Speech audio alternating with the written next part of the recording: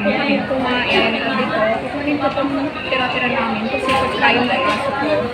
Sayang din naman, so hindi ko siya so ito nalagay ko dito. Then, may tamagas ng kanin. Lagay ko lahat.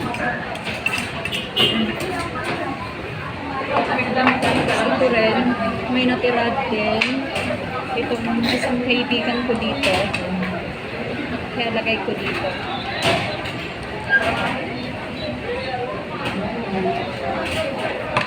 Tapos ito pa, may natira pa dito. Lagay natin. Ito, marami itong natira kasi nagda-diet daw siya.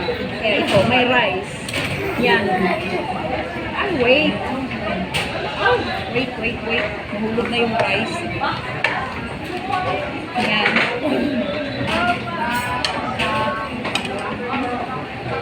Ganyan. Lagay natin.